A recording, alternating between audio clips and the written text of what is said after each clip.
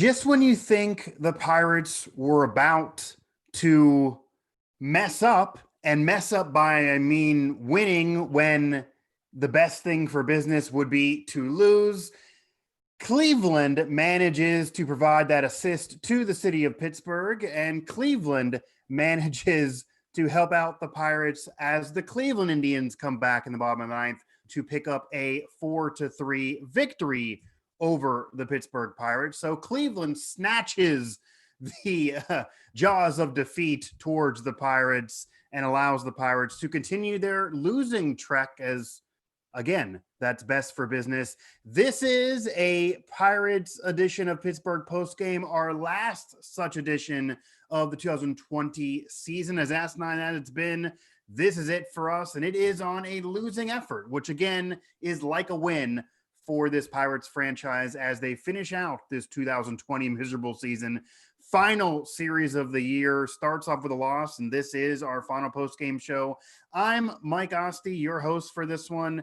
I am joined alongside Matt Gajtka, and you've seen and heard our faces throughout most of these shows, so I feel like any of you who are going to be chatting along or watching with us, you are welcome to vent and be part of this therapy session that Matt and I have been holding throughout this Pirates season here on Pittsburgh Sports Live. But Matt, I had a whole different open plan initially. I was about to open up things, kind of joking that even when the Pirates are, the best thing is to lose, and they're trying to lose, they can't even manage to do that one right. And they were almost about to win this game. But Chris Stratton, right now, Pittsburgh hero, manages to blow it there in the bottom of the ninth, or maybe blow it isn't the term, because it ends up providing the Pirates with a loss, which, again, best for business. A loss leads them more in the direction of that first overall draft pick, which has to be the result of this season for the betterment of the franchise. They managed to lose this one. It was actually an interesting game if you can kind of get aside from the fact that it's closing a season. The Indians are good, the Pirates are not, and the Pirates were better to lose when they almost won. But overall, it was an interesting game. Mitch Keller joined some history, actually, and pitched a decent outing there. We even had to flirt with a no-hitter there for a while. So I guess right now, what are your thoughts as this season closes, as this final series begins to close, and right now on the heels of the Pirates losing a game that they almost won? Well, my first thought is Chris Stratton didn't get the save, but he might have saved the season, if you know what I mean. Thank you. Yeah. The turnaround at the end of this game was about as dramatic as you can get for a team in the Pirates position, right? Because here they are, and by the way, the Rangers are losing again to the Astros tonight, 3-2 in the ninth inning. So if the Pirates had won, it's likely that they would have been tied for that bottom spot in all of Major League Baseball, and they would have been tied for the right to have the first pick in next year's MLB draft. And I hate to be that reductive about it, but Pirates fans probably know where their bread's being buttered right now. It's not in the 2020 season. It's in 2021 and beyond. And yeah, like you said it very well. They can't have this miserable season end with them picking anywhere but first. And I'm not sure what tiebreaker procedures might be, but I don't want to look them up. I'll put it that way. And the Pirates don't want to have to look them up in the grand scheme. Of course, the players are going to be ticked off because they could have beaten the Indians here tonight very easily. They could have had a no-hitter, a combined no-hitter at that. And we'll talk about whether it would have been impressive at all for them to finish that. It would have been mildly, but not exactly what you dream about when you think about no-hitters and your team pulling one off. The Pirates still don't have one since 1997, by the way. But they came off that 3 out of 4 against the Cubs at home to finish their home schedule. And, looking like a team that was starting to piece some things together, both pitching-wise and hitting-wise. And there were some sparks of both tonight, obviously, as we'll get to. Keller on the positive on the pitching side of things, and, Gregory Polanco on the hitting side of things, too. Yeah. So there are still some positives here, and I know we want to talk about the full season and put that in context. So we will dig and find some silver linings, but there will also be plenty of negativity here, because that's just how it is when you are looking at a maximum of 20 wins in a 60-win season, a 60-game season. Yeah, the Pirates in this reduced COVID season currently stand at 18-40. 18-40. I mean, that's bad. That is a bad record. And as we've talked about too on many of these post-game shows, when you extend that to last season, which almost was the situation to determine that first overall pick, it is going to be just off of these 60, and the Pirates still fighting to be that worst team. They felt like the worst team most of the season and were even much worse earlier in the year. They've actually played a little bit better and had the call-ups of Hayes, etc. He drove a run in today to make them even in this fight. Maybe you almost regret calling him up if you end up not getting that first overall pick, because again, best for business to end up with that first overall selection. 18-40 though, as miserable as that is, the Indians now 34-24. The Pirates losers 4-3 to Cleveland, as the Indians come back and Cleveland throws that assist out to the city of Pittsburgh with a victory in the bottom of the ninth, and snatching that win away that it almost was for the Pirates, as bad as that would have been, really. Granted, these players are trying and they've galvanized together. And I will say, in terms of a positive standpoint, as we get to kind of wrapping up the season and look ahead, obviously, that since Hayes' call up, and I've said this before, and as much as maybe that wasn't best for business because of the future contractual issues that could arise there, and knowing this season was already well over and he and the team was playing for nothing but the first overall pick. So do you really want to win, even though the manager and maybe these players actually do? But since that time, and there's been tons of losses still, this team has felt more galvanized together. They felt like they've been enjoying themselves a bit more. You see Cole Tucker, Polanco, etc., laughing, slapping high fives, getting those virtual hugs as close as you can while socially distancing, almost making a little bit of a mockery of their situation, but also still trying to perform. I mean, it's been a different vibe to me. So maybe that can play into the future of this team being more together and having more chemistry. Whereas prior to Hayes, it just seemed like a funky bunch that was out there that just wasn't talented. I don't know. Again, we'll recap the full season here in a moment, but the Pirates losers here this evening. Matt, what I do want to get to, though, before we go into the full season recap, because they do lose this one, which again is the better way to go. Mitch Keller. I mean, he joined some history, almost was a part of that no-hitter there, and we'll get to our thoughts there and what that would have been here in a moment. But thoughts on just Mitch Keller's pitching performance. Goes 5 innings, does allow the 1, 8 walks, 3 strikeouts. So tons of men on base. This certainly was never a flirt with a perfect game. Granted, at the time, flirting with a no-hitter for a while, finishes with a 1-hitter. Second pitcher to go 5+ innings, 0 runs allowed in consecutive starts in 1938 for a pitcher of his age. Thoughts on him? Because, I mean, he's been pitching well recently, certainly, but I feel like it's been a little bit out of nowhere. I mean, there's not many pitching performances to note on this Pirates season, and these arguably might be the 2 best for any Pirate starter, and I don't know if anybody had that predicted either. Well, right. Mitch Keller, in a lot of ways, finishes the season on an up note. First of all, he's healthy. Second of all, the stuff looks a lot better than it did earlier in the year before he went on the injured list. I'm glad that it was an injury and not some sort of a huge glitch in his mechanics that was going to take months to figure out, maybe even into next spring training or maybe even beyond. So it feels like he's gotten that ironed out. He's in a more efficient spot in terms of his mechanics. So bravo there. Good job from Keller and the Pirates pitching staff in general. But tonight, Mike, I don't know what to make of it. 8 walks in 5 innings. My goodness. The job of a pitcher is to prevent runs, and the primary way to prevent runs is to prevent base runners. And even though there were no hits for the Indians on the board by the time Keller hit the showers, they had put 8 runners on via the walk, obviously. And Cleveland squandered a bunch of chances early in this game.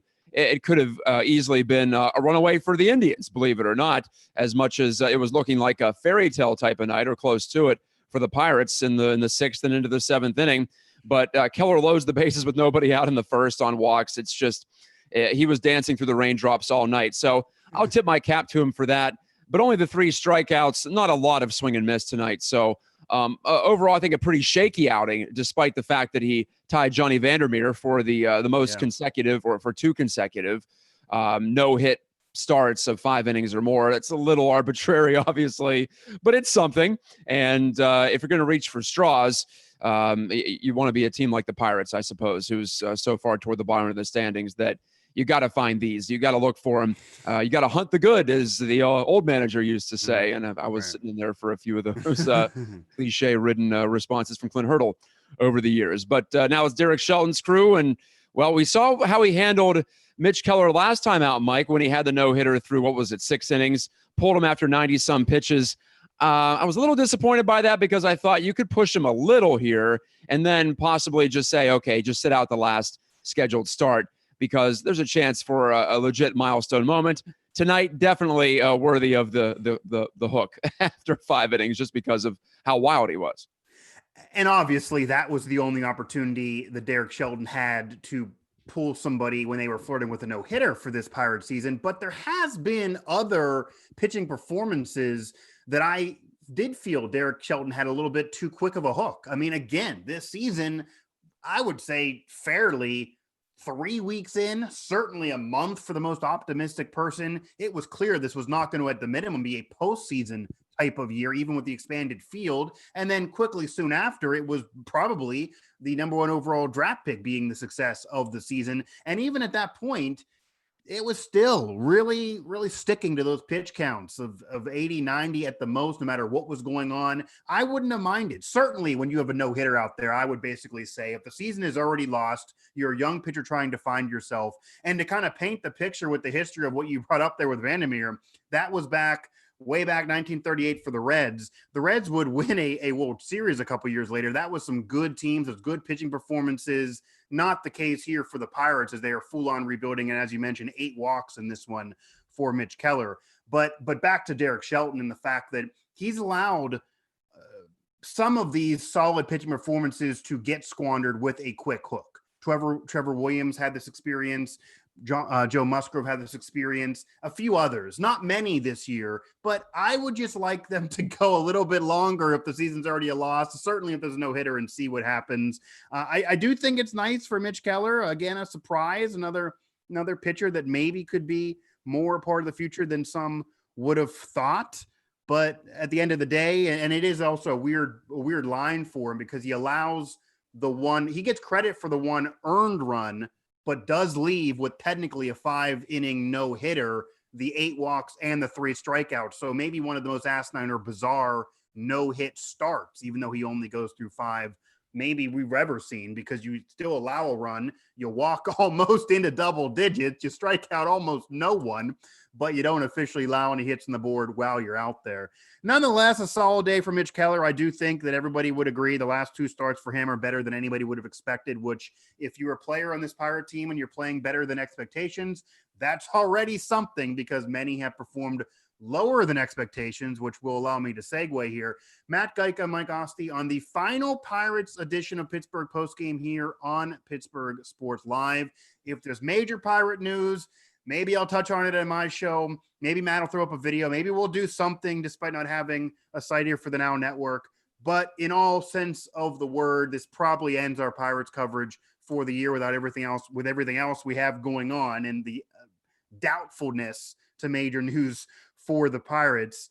But that segues into all these performances that have been so lackluster this year, because one in particular, Gregory Polanco, I got to say, Matt, and I said this on Twitter, if the Pirates would have had one player this final weekend hit and have his hitting ruin the number 1 overall draft pick and force them into number 2, the very most annoying of all would have been Gregory Polanco, who jacks a 2-run shot in this game and almost was that guy to finally hit, as he's actually been recently, and maybe that putter them out of the number 1 overall draft pick spot.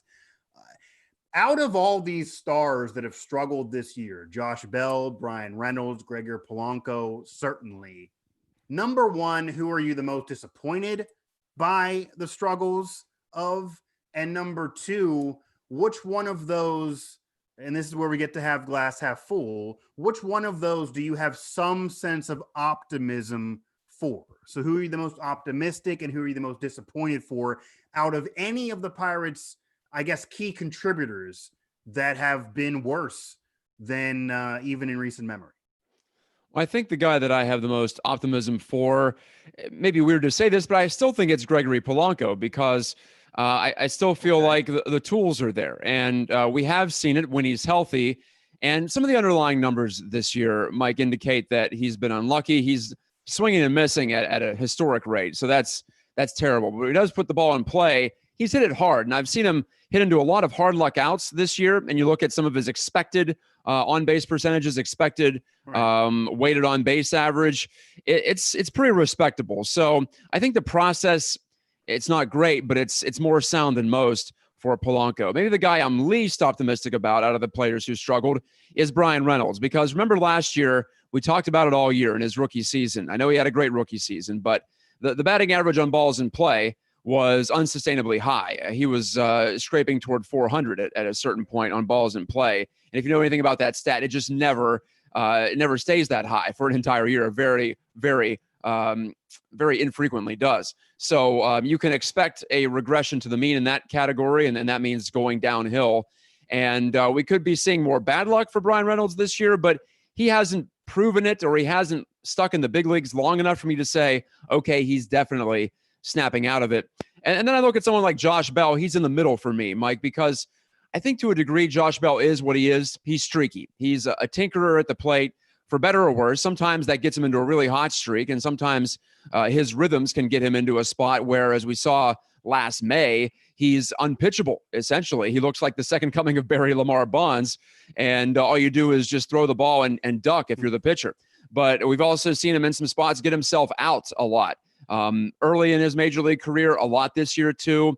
So he's gone back and forth. He's had a couple of really good years in the major leagues, at least in terms of above average. I'm not saying like he's a superstar level guy, but he's been a contributor to some of the good things they've done in 2018, or probably in 2017 and in 2019.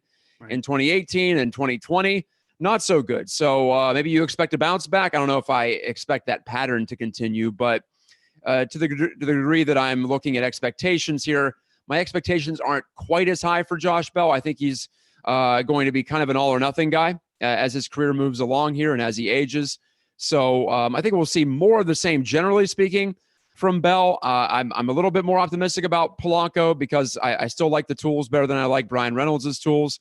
And Reynolds himself is in a spot where he has a lot to prove to me going into 2021. The only pushback I will give here, especially on Polanco, and I did see that stat you put out there the other day on Twitter, and it definitely makes sense. He is providing more contact. You have seen a noticeable increase in his bat velocity, pretty much everything with Polanco the last couple months. And he did have less games than everybody else and did also have the virus to overcome. So maybe you got him more slack than everybody else. But the pushback I would provide, he is the oldest. His age maybe would show you that he's already exposed himself. He's dealt with injuries separate from COVID-19, so maybe his durability could be something to be questioning in the future. And his contract isn't good.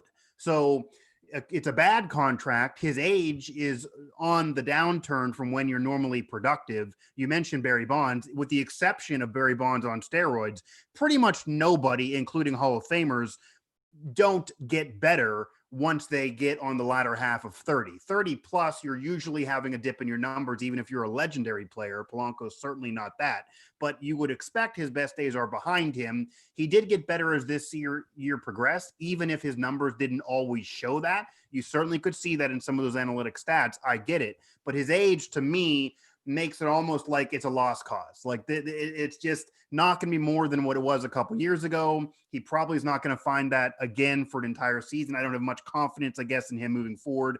And unless he really, really does, that's going to be a bad contract that probably will hang around longer than you would have hoped if he could have really killed it this year and somehow traded him and got some value. And for me, the player I'm most disappointed for is almost Josh Bell. Bryan Reynolds, I can maybe cut slack because he was a rookie last year, and last year was such above expectations. And you're not going to expect the same as last year this year, even though you did certainly expect more than he provided this year. But Josh Bell was that guy that if they were going to trade anybody and get value for the future and the rebuild, it was going to be Josh Bell. He does seem like he's the second coming of Pedro Alvarez, and I don't mean that as a compliment in terms of how that Pirate tenure ended. Very similar now with Josh Bell. But there were a couple years ago where even the national media was getting behind Josh Bell and putting him on LNB Network, putting him on all those Fox shows. He was the guy they were talking to on the primetime games, and they gave the Pirates more of those than normal, seemingly because of Josh Bell, and they liked his personality. It almost appeared nationally they were trying to groom him into maybe a future MVP because of that power and because of his contact ability, like you mentioned. And it's not been near that since really the middle of last year. It's continued to be an issue, and he just could have had the highest ceiling, I guess, is why there's so much disappointment on my end from Josh Bell. But Polanco, I'm almost done with regardless. And it's been a miserable season for many Pirates, including all three of them. Well, here's the paradox of Polanco. The swing and miss is extremely concerning this year. K rate, it's in the second percentile, so only 2% of major league hitters have struck out at a higher rate than Polanco this year. His expected batting average, 20th percentile, not very good. Then you look at when he does hit the ball, exit velocity, 96th percentile, top 4% in the league. Hard hit rate, 96th percentile. Barrel rate, putting the ball on the barrel and striking it well, 82nd percentile. His sprint speed is still top third in the major leagues. So there's plenty of good things here, even though he just hasn't put the bat on the ball enough. And then Brian Reynolds, you look at him and he's barely hit the ball this year at all. His exit velo is down in the bottom third of baseball. So, and he doesn't have a good contact rate either this year too. So it's kind of like, is there no sense though that because he's the youngest and he had the least amount of major league experience between those three before this year, that because this is a reduced off season, a pandemic season, not to make excuses for him, but maybe he's the least ready to have a rookie manager, a pandemic season like this when he already was above expectation last year? This maybe was a test for a young player and he didn't handle it well. Whereas we're talking about veterans with the other two. Well, I mean, I guess we could split hairs on what expectations mean, what disappointing means, what most optimistic means. As far as optimism for next year, I'm least optimistic about Brian Reynolds. I'll just put it that way, because it was a little bit smoke and mirrors last year, and there's not much at all to his numbers this year. And so that's what concerns me. He's just a guy who hasn't even put down a really solid season of both good numbers on the surface and good underlying numbers. He's been kind of average to below average in a lot of categories here. So as the player, as the big player remaining from that Andrew McCutchen trade, Mike, I hate to put it that way because he doesn't deserve that pressure. It wasn't his fault that he was traded for the face of the franchise here. Right. But that's the reality of it. And it's looking more and more like the McCutchen trade is going to be a fizzle, like the Garrett Cole trade was a fizzle. Now, Colin Moran, I mentioned him yesterday on Twitter too. He's having a better year than I think any of us probably expected. And I think he's looking like a pretty darn good, or at least a passable first baseman / designated hitter if the DH sticks. So you have that at least. If Josh Bell's not going to be your cornerstone, perhaps Colin Moran can at least be a supporting guy. So maybe the Cole trade, against all odds, turns out better than the McCutchen trade. I wouldn't have thought that, certainly coming into this year. No, and we'll get to that in a second because we're not going to do a traditional 3 up, 3 down like we did in most of these shows, but we are going to maybe give our up and our down to recap this season, since it is our final 2020 Pirates edition of Pittsburgh Postgame. And I will say also, Matt Gajtka, Mike Asti, that as the Pirates blew it, or maybe actually kind of quote unquote won it for betterment of the franchise, losing in the bottom of the ninth when Cleveland came back to get the victory here for this one, the Indians winning 4-3. The Texas Rangers may be doing the opposite. They're coming back. They're tying games up. They're trying to win this thing. I don't know if that's best for their business. So maybe some digital outlet over there covering the Rangers is kind of moaning and groaning on what's going on with the Rangers, as they may come back and win this one. And maybe that'll be over by the time we're finished. But either way, the Rangers are the team to watch by the end of this weekend, matching up against the Pirates for who gets that first overall draft pick, which is really what this season's about.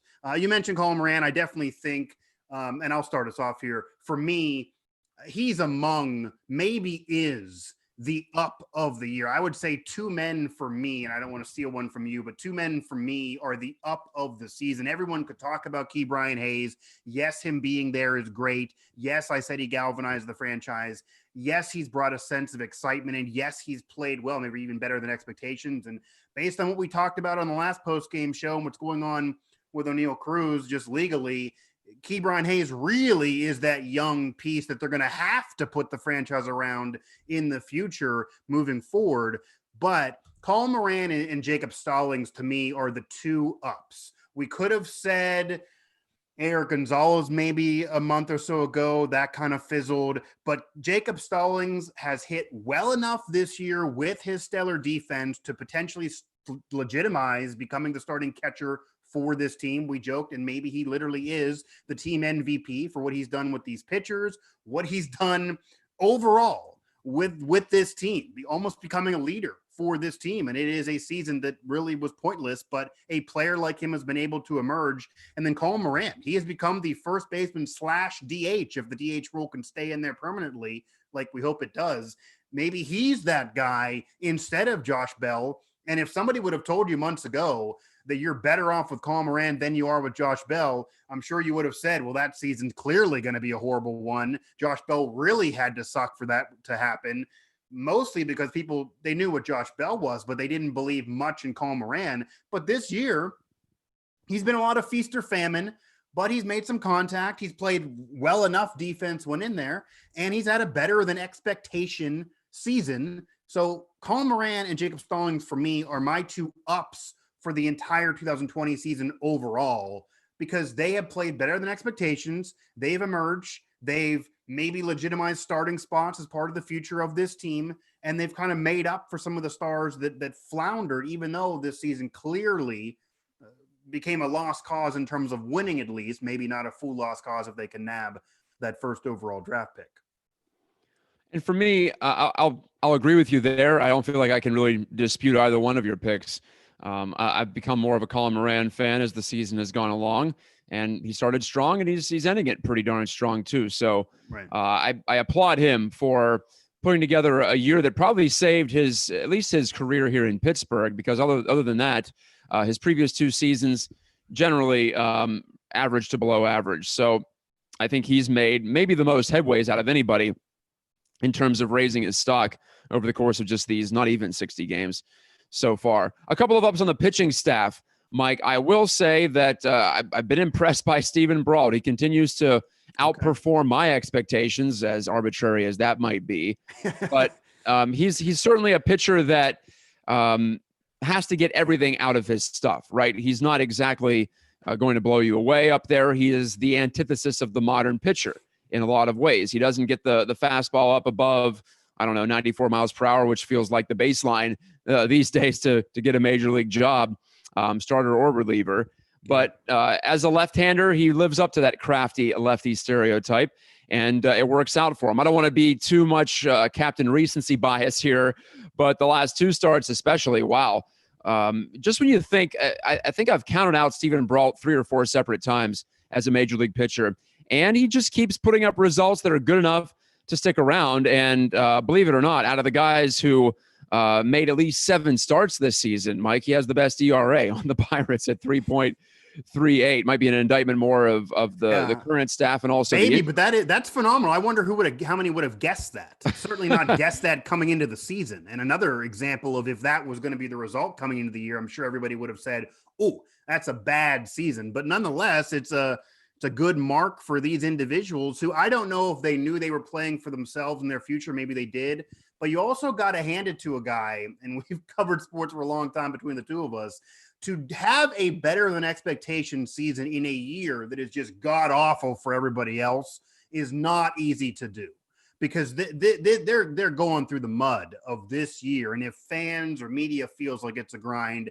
imagine the grind for these players every day, knowing from game 10, they really had no chance with how sluggish this season began.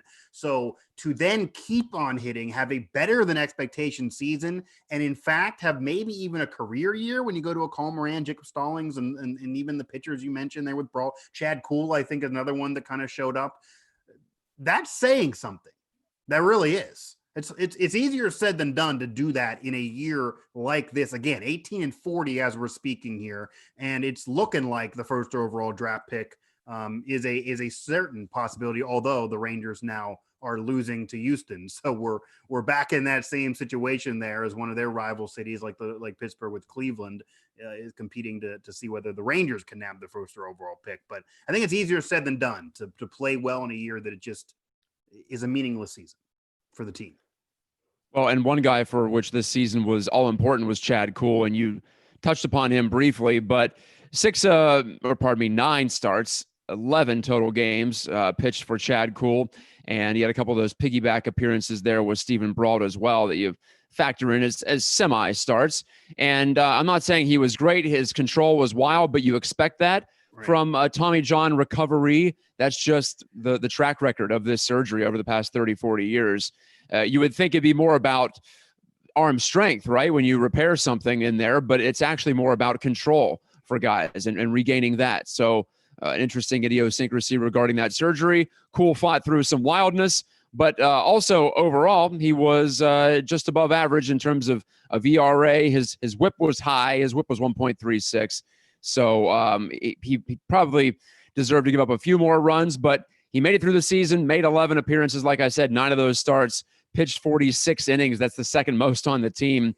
So he's put himself right back in the running. And JT Brubaker, too. I don't want to miss him as well. His results not quite as good as Kuhl or Brault, but this was his first real try at the big leagues. So he gets a gold star from me for posting a strikeout rate that was pretty high, second highest on the Pirates rotation behind Joe Musgrove, and getting through 42 innings, starting 8 times.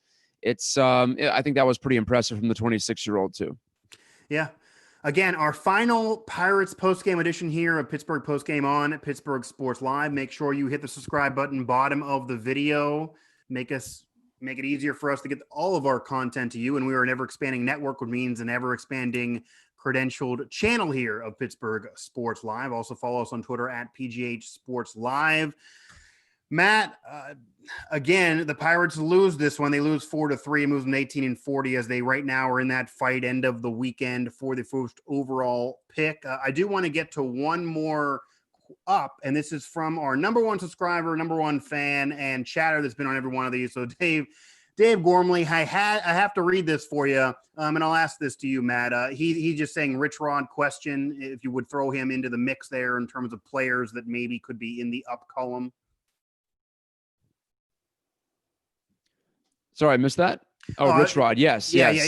Dave says that would you throw Rich Rod into the column of players that could be up? And admittedly, and we talked about this, and you finally did come around there on our recent postgame shows, that the bullpen overall has not been good, but they've been better than expectations at times. And I would say the best of that bunch would probably be Rich Rod. And the last month and a half has been an improvement from this bullpen, not tonight, but an improvement from the bullpen to where they were earlier in the year. So is it fair to throw him into the mix of players who maybe should be a part of the up? Yeah, very fair. I look at bullpen construction for a team that's trying to rebuild as the last step in the process here. So I don't want to gloss over these guys because a lot of them have created opportunities for themselves into the future. I'm sure Sam Howard and Nick Turley are going to get looks, Nick Tropiano perhaps as well. And despite the result tonight, he pitched a good 8th, but a shoddy 9th. Chris Stratton has shown me something too this year on top of that. But you're talking about, Mike, here, even though the starters don't have the sample size either, but Richard Rodriguez, 2.70 ERA, a whip under 1, but just 23 innings. That's about a third of the typical workload for a reliever, maybe even a fourth for a guy who's heavily used. The most heavily used reliever here, I guess what you would call Derek Holland a reliever technically, because he made 7 relief appearances in 5 starts. He had 40 innings total, but out of like the full-time relievers, it was Chris Stratton with 28. So it's not a lot to go on. Reliever performance is already erratic because of the small sample size year in and year out. And so that's why I didn't give Rodriguez any kind of kudos there, but I should have. You're right, because he has bounced back. It wasn't looking good after last year. Right, and I do think it's fair to throw him into the mix as well. Which, when we're talking this out, and Dave gives us a thumbs up there. When we're talking this out, it is funny to have so many players that maybe are better than expectations or in our up column for a season that, again, 18-40 as we're speaking, maybe 18-42, maybe 19-41. Either way, it's going to be pretty miserable. Probably first overall pick, worst team in baseball situation for this 2020 Pirates team that we've also talked ad nauseum, and we don't need to do it again here tonight. You can go back to some of our last post-game shows to get our analysis there. But this is a Pirate team that is statistically, wins percentage-wise, all of that, one of the worst Pirate teams of all time. And certainly one of the worst of our generation and of our lifetime, and maybe a Pirate team that'll be forgotten to history because it was a shortened pandemic season. So you don't know if they could have turned it around. They have got better as the season progressed, but still one of the worst ever. And certainly that's a fact that just cannot be denied. But Matt, and this really could go thousands of different ways, obviously. I think we could get anybody on board here for this broadcast and they could give us something. But in terms of some downs, and we don't need to make this an hour and give every single down that exists, I'll give a down right now. And it's not necessarily to say, we talked about these star players that didn't get it done this year. Obviously, you could mention Reynolds, Bell, Polanco, any of them. And it's not an individual that I'm going to bring up right now because they've all been bad. It's the fact that because of all of them being so bad, the Pirates rebuild was so hampered, which makes the first overall pick such a necessity. They weren't able to really sell anything at this trade deadline, which does exist and did exist even in the midst of a pandemic. So you have a pandemic season, people wondering if there's going to be a trade deadline. Major League Baseball provides the trade deadline mostly for sellers, the few of them, like the Pirates, even in an expanded field, to get something out of these guys. And the value of Bell, Reynolds, even Polanco, whoever else, certainly these pitchers that you mentioned, and definitely the bullpen guys like Rich Rod, it goes down for the most part to the point that anybody who would have brought them anything of note to help them rebuild, again, Bell, Polanco, those would have been those two main guys that could have brought something. Their value decreases. There's no value really for them. The Pirates are better off value-wise keeping these players. They basically do nothing trade deadline-wise as the worst team in baseball that desperately needs to rebuild. And now they're further behind in terms of the rebuild because of also what happened in the offseason and also what's happened in the midst of this season with one of their top prospects now sitting in prison and probably going to be there for several years. So the Pirates rebuild was hampered this year, even in the midst of a season that might provide them the number one overall draft pick. It was so bad because the players that could have brought them something in a trade deadline trade had no value to do it. And then obviously all the off the field bad luck as well. So that's my major overall summary down, that their rebuild was actually hampered. And maybe part of that is to not their control. They couldn't do anything about it, but still their rebuild was hampered in a season that's been so awful. If your season's going to be this historically bad, you want to at least better position yourself to rebuild. And they unfortunately are not able to do so. Well, that's why we're so obsessed with the first overall pick and finishing last overall. Right. And by the way, the Rangers have the bases loaded with nobody out in the bottom of the 10th. No, they've actually tied it. It's 4-4. So another interesting game. They're trumping the Pirates in terms of interesting games. They really are. They really are. Yeah. So they're giving us something to track here live as we continue on with our final Pirates postgame. Mike, we could go all night with downs. I'll give you one each on both sides of the ball, if you will. We'll start with Joe Musgrove. The injury, yes, but 7 starts, an ERA over 4.5. But it's more about results compared to potential. And maybe call me naive, but I still feel like Joe Musgrove has more to show in the big leagues. But we're just not putting it all together here, whether it be a shortened season like this one, a span of just 7 starts for him, or an extended stretch, or multiple seasons in the big leagues. So yeah. For me, I think he needed to be not an ace necessarily for the Pirates, but I think he had an upside of a solid number 2. And he's never posted an ERA below 4. He's never had an ERA above average, I'll put it this way, in whether it be the American League with Houston or the National League with the Pirates. Strikeouts were up this year, so there is reason for optimism in that way, but walks were also way up for him this year too. Is it a blip? Is it not? I'm not entirely sure. All I know is that it was his worst whip as a big leaguer, and his hits per nine stayed constant, home runs per nine stayed constant. So we're seeing more swing and miss from Joe, but it didn't necessarily lead to better results.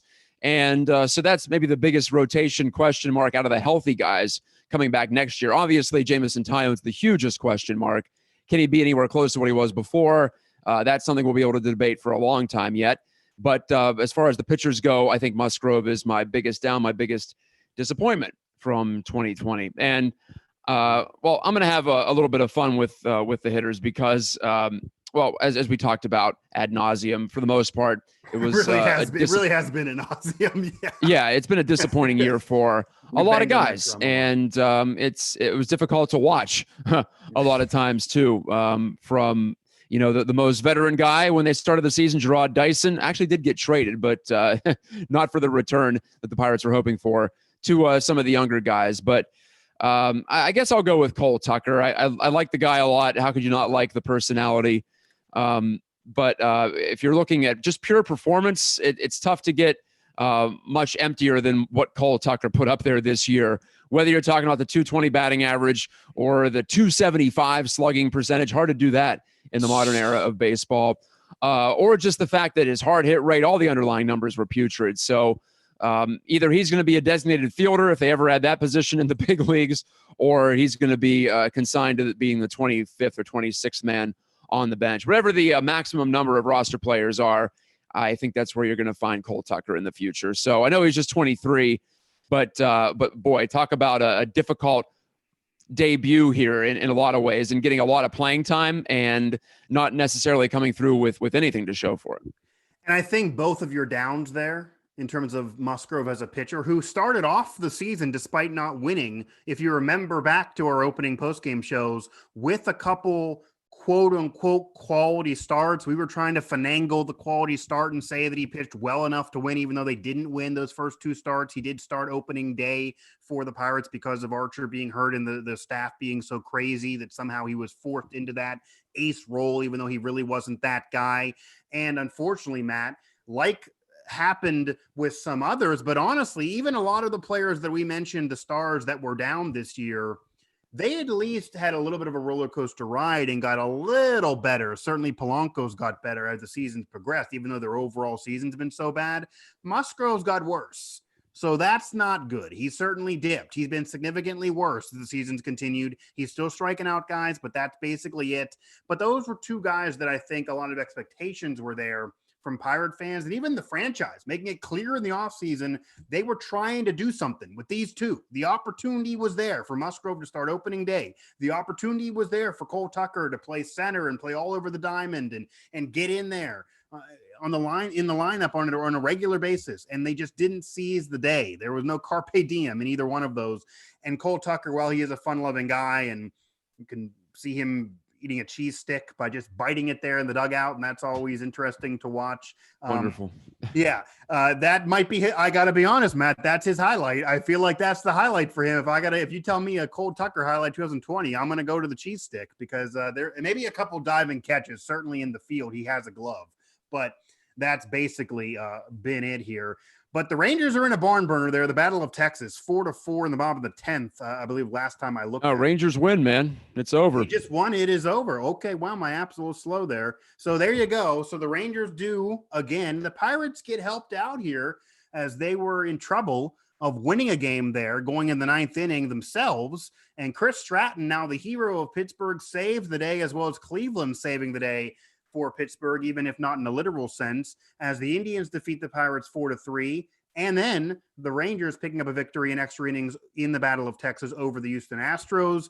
All that together leads the Pirates, as we stand, to the worst record in baseball, looking at that first overall draft pick, which is the goal of this final series for sure. There are 2 games left in this season, both against the Cleveland Indians. We will see what Cleveland does with their lineup based on their situation with the end of the season. But the Pirates need to lose. And really, it doesn't matter what the Texas Rangers do. They just need to lose. And then everything else should take care of itself to this point. And that then will be best for business, because the Pirates accomplished basically nothing this year in terms of trying to rebuild for the franchise, whether it be present day or future. Matt, we trekked along most of these post-game shows, so I think this only makes sense to give us both a comment here. Before I close things up, I guess, final words. 2020 Pirates season, obviously not a good one of the worst in Pirates history. They're looking at the first overall draft pick. That would be the only way to get a win out of this year. I guess we're excited that it's finally over. Certainly Pirate fans are. We definitely were part of the journey here with a post-game show for at least one in these series, and most of the time, several of these games within these series, you and I doing most of them. So we watched a lot of Pirates baseball, a lot of bad baseball. But what is your final takeaway from this putrid asinine Pirate season, and kind of whether it be your takeaway now or even in a historical context? Well, first of all, I don't want to forget our question of the night. We didn't bring that up. I did forget that. Yes. So go ahead. We'll do that right now. Actually, you can. What's the question? Go ahead. Well, my question to folks, and I got a decent response on Twitter, was, do you care about combined no-hitters? Because this one would have been rather odious among combined no-hitters. Now, there are the ones that are gold-plated, like the Francisco Cordova, Ricardo Rincon combined no-no in 1997. The Pirates beat the Astros on the Mark Smith walk-off homer at Three Rivers. Right. They challenged the Astros for first place throughout that season. That was a pretty good combined no-hitter, and the last no-hitter thrown by a Pirate, or Pirates, as it were. Tonight, with Mitch Keller walking 8, giving up a run through 5 innings, too, so there was a big blemish on his record there. And then it would have taken either 3 or 4 more relievers, depending on how Derek Shelton would have handled the end of that game. I'm not sure he gives Stratton a second inning. Maybe he goes to Rodriguez in the 9th. Regardless, we never got there. Delano DeShields Jr. bunted for a hit to get the tying run in scoring position. So obviously it was very important to the game and for the Indians fighting for seeding after they've clinched. But my question was, do you care about combined no-hitters? And also, are no-hitters overrated in general? Just because I don't think walking 8 necessarily is a good start, even though it would have been legendary if he would have finished it off and come over the finish line with no hits. So I got a couple of people saying that I was crazy for saying that no-hitters are underrated. I like no-hitters. Don't get me wrong. It's a fun thing, but it's not like a perfect game in terms of pitching performance. No, there's a difference. Yeah. Yeah. Perfect games are just chef's kiss. They're amazing. I love perfect games because nowhere else in sports do you measure perfection in that way, at least. But Ex-Patriot says he absolutely cares about them, even if they aren't quite as special as a solo no-hitter. He remembers the 2 no-hitters he's been to, Cordova Rincon and Max Scherzer against the Pirates at Nationals Park. That was a perfect game until Jose Tabata leaned in, as we all know. Brian says no-hitters at the MLB level are not overrated. Combined no-hitters less impressive. But he does say that a complete game no-hitter is a much rarer bird these days because of just pitchers going shorter. So I guess I can get on board with that, being a little more impressive than it used to be. Andrew Stockey of WTAE chimed in, says he loves no-hitters, best drama in baseball, combined or solo, in his humble opinion. It does spice up your average regular season game, I will say that. So some thoughts there. Mike, I think combined no-hitters, some of the luster's off of it for me, especially if it's one like tonight, where it would have been really crawling over the finish line with even a run given up to the Indians. But how do you feel about no-hitters and the drama that comes with them? Well, I think obviously with anything else, you have to put it into context and you do have to analyze what goes on in front of you. So yes, a combined no-hitter tonight would have been lackluster when you have 8 walks already on the board. And that would be before we even see what happens the rest of the bullpen. They might have finished this combined no-hitter with 20 walks, for crying out loud. It wouldn't have been crazy. So that would have been a lackluster no-hitter. However, no-hitters in general, to me, it's hard for me to say that's for me to say that's overrated.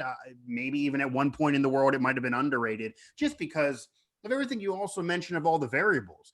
There's obviously a difference between Max Scherzer's almost complete game that became a no-hitter versus somebody else puttering away with a no-hitter while you're still walking 8. There's differences to each individual performance. There's definitely a difference between a no-hitter in general and a complete game.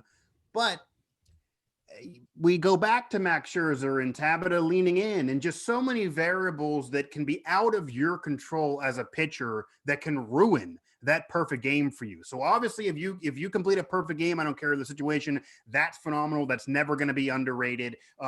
That's never going to be overrated. That probably always will be underrated maybe. And as far as no hitters go, I think also coming off the steroid era and the offense of that era, even the offense of recency in Major League Baseball with all these home runs for, say, the Yankees and different teams setting their franchise marks in long balls, it's still very, very impressive to go through a complete game effort and not give up a hit. Even if you're allowing a myriad of walks, and maybe some no-hitters are more impressive than others, certainly to be the case.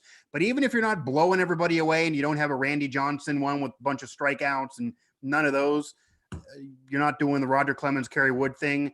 Still, though, there's luck involved in getting those defensive plays. You still have to put the ball where you want it, and you have to agree with the catcher the whole way through. There's so much that goes into it that a no-hitter for me is still very impressive.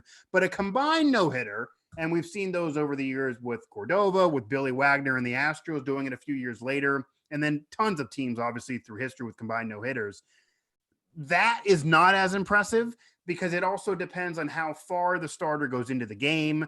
You could have a starter who doesn't even get a quality start, doesn't even get credit for the win because he doesn't go deep enough, and all of a sudden the bullpen and the long relievers are able to complete it and get you a no-hitter. So that's not nearly the same situation. I don't think I don't think to say, though, it's overrated is fair because I don't think it's handled the same way. I don't think the national coverage, the fans, you might appreciate Cordova's because the Pirates were so bad for so long and that was just a bright moment as Pirate fans. But I think in most senses that when you see a team complete a combined no-hitter, the national broadcast, even the sensational national networks, they make it clear to say this is a combined no-hitter. They make it clear to say the bullpen's involved. They make it clear to say how long the starter was there. They are devaluing it in comparison to a starter doing it on his own. So I don't think the world is treating it the same way. So I guess in that sense, I think it's properly rated as impressive, but not anything to the level of a no-hitter in general for one man. Certainly not a perfect game that you could see. I mean, the most impressive pitching performance, maybe individual of our lifetime, and this is fair to say, maybe by the late Roy Halladay, to do it in a playoff game, a perfect game in that moment with that pressure for a guy that did not have playoff experience really prior to that moment, with a team that had so much the last couple years, the weight of the world on his shoulders, and to just dominate a game with a team that had an MVP on that in that lineup, on that roster. That just individual game is just outstanding. But combined no-hitters, certainly this might have been the worst combined no-hitter if it was going to happen in terms of impressiveness. But I do want to, as we round things out though, Matt, what any takeaway? What is your final takeaway of this season? We've talked, you mentioned ad nauseum, we've hammered to death the pluses and minuses of this year, but any final thoughts here on our final Pirates postgame of 2020? Well, number one, I will say that I'm being told on Twitter that the Pirates have clinched the number one overall pick because the tie break with the Rangers rather is last year's record. So the Pirates were worse last year. They've clinched no worse than a tie with Texas for last place overall this year. So they're probably going to pick Kumar Rocker out of Vanderbilt.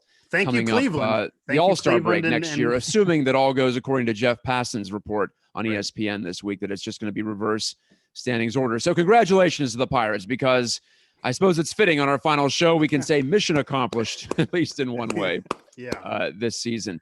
Now, my takeaway for the entire season, though, is definitely more sober, Mike, because I don't feel like there is much attention at all being paid to the Pirates, good or bad. I think you see the diehards out there, but the diehards are dying off in terms of Pirates fans. And you look at just ratings numbers. Finally, we saw them start to crater. They were very resilient over the past 2 or 3 years, despite the Pirates being out of the money, finishing out of the money. But TV ratings were down this year. It could be part of the pandemic, could be not, because we're seeing some other teams up. So it's not like everyone's suffering.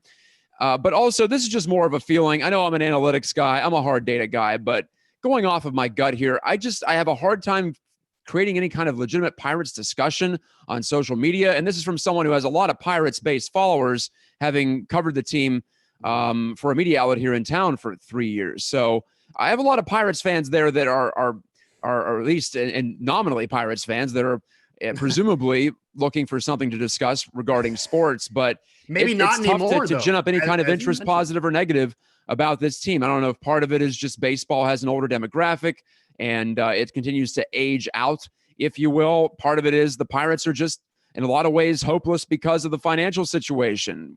Whether you think they can't spend or won't spend, in reality, the result is the same thing. They're not putting up the same type of financial might as teams in similar size markets. And you have baseball still working without a salary floor and a true salary cap. So I think it's a combination of the two and just the straight up losing. So make it three things: losing, lack of hope, and also baseball's demographics that have conspired to put the Pirates in a spot that it's going to take some doing, Mike. We thought that they had some digging out to do with the fan base 10 years ago. I think it's even worse now after the team rose to not the mountaintop, but they were definitely one of the better teams in baseball and then dropped right back down. I just feel like so many have given up on the team, and this year was just dead in terms of interest. So I love baseball. I still do, despite maybe wanting to create some different rules changes and try to liven up the game in that way.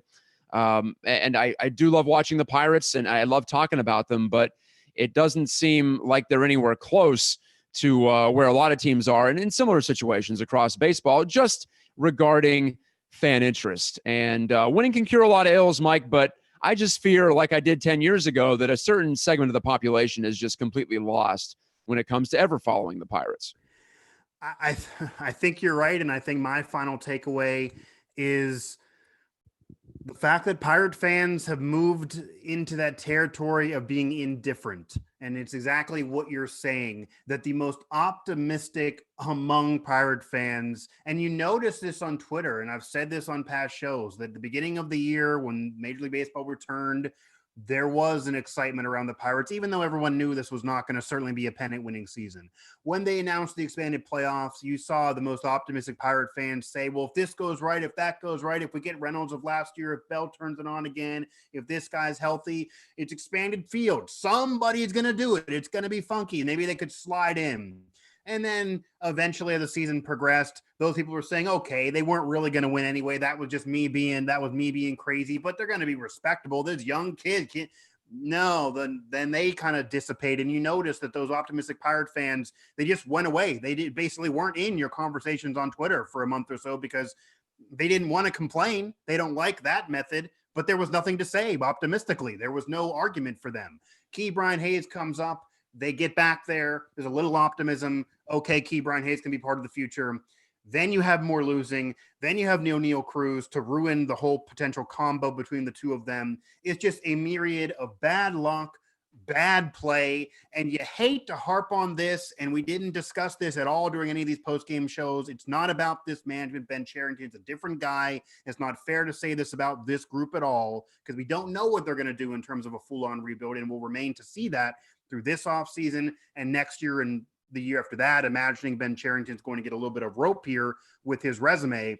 But this type of season, Matt, last year's type of season, what they're going to expect next year, and I'm sure the year after that, is why you have to grab the bull by the horns while it's there. They had that 13 to 15 window.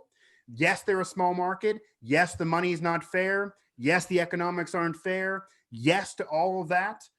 But, and all the excuses can be there legitimately.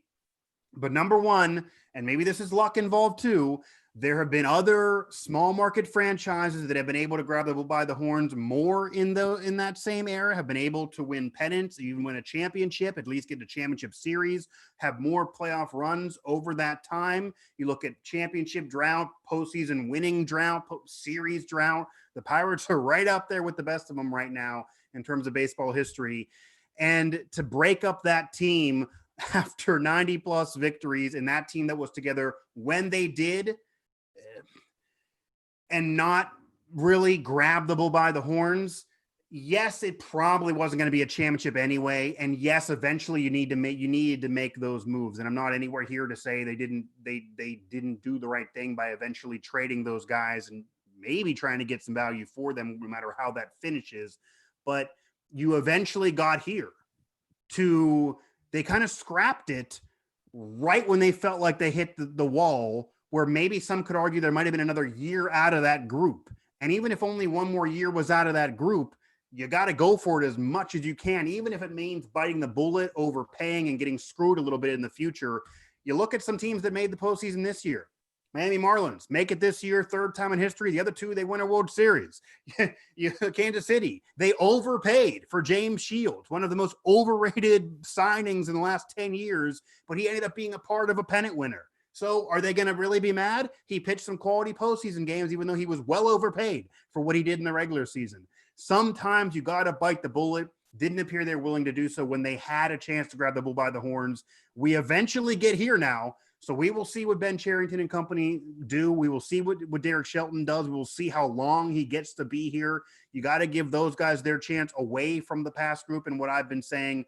But it's still hard to not have that in your mind. And I'd imagine, Matt, that's in the mind of a lot of Pirate fans, even the optimistic ones. That's part of why there's apathy here. That's part of why there's indifference here. That's part of why they're maybe so bitter about the past. And it does feel like it was 10 years ago. It does feel like there's not much hope. It does feel like they're many, many, many moons away, regardless of this first overall draft pick situation. So it was fun to do these post-game shows. I enjoy talking baseball too. I enjoy connecting to the history of baseball, which we've been able to do, whether it be on the trivia show or also even this season. We saw it from Mitch Keller today. I think that's why I love baseball so much. There's weird history, 100 years old, in a game that means absolutely nothing for most senses of everyone else in baseball fandom outside these two teams, and doesn't mean anything for the Pirates except to lose. So that's the cool thing about baseball. That's always going to be there no matter what happens with the rules or anything else. The future is not right for the Pirates. My glass is definitely half empty, but I've enjoyed these post-game shows. Hope you'd enjoy these post-game shows. Hope anybody watching has enjoyed these post-game shows, going along for the ride with us. We obviously have tons of post-game coverage left here on our channel coming up, with tons on the football front, college, WVU, Pitt, maybe Penn State coming up, the Steelers, the Penguins when they get started again, the Hounds. But these have definitely been fun.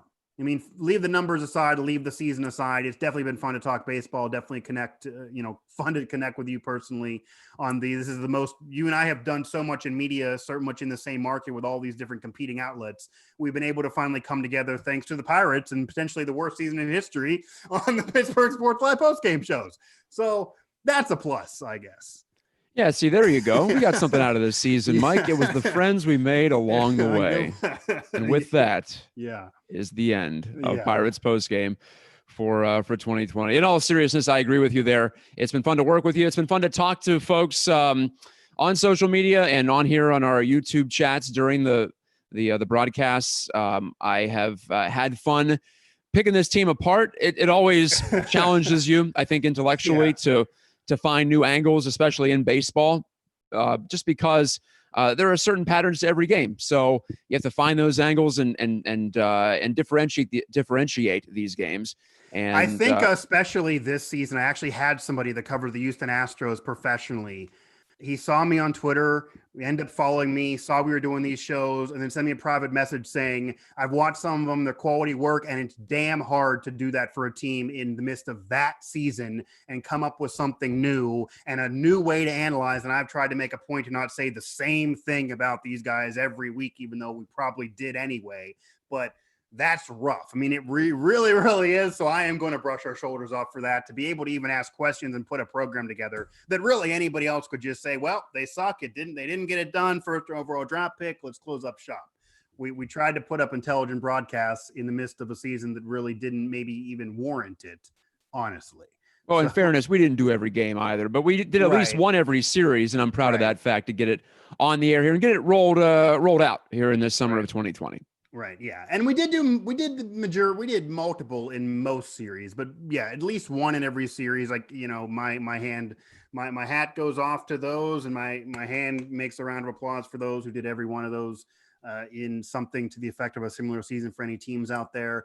But that's going to do it for us, folks. That's going to do it finally for the Pirates edition of Pittsburgh Postgame. So the Pirates losers tonight, that secures things to some level of success, as they will secure the number 1 overall draft pick. They're the worst team in baseball. So congrats, I guess, on that front. For Matt Gajtka, for all of us here at Pittsburgh Sports Live and across the Now Network, I'm Mike Asti. The Pittsburgh Pirates certainly were not winners this year, but they end up being winners at least in terms of securing that number 1 overall draft pick. And I guess we'll let out a big we'll see for the future of this Pirate franchise.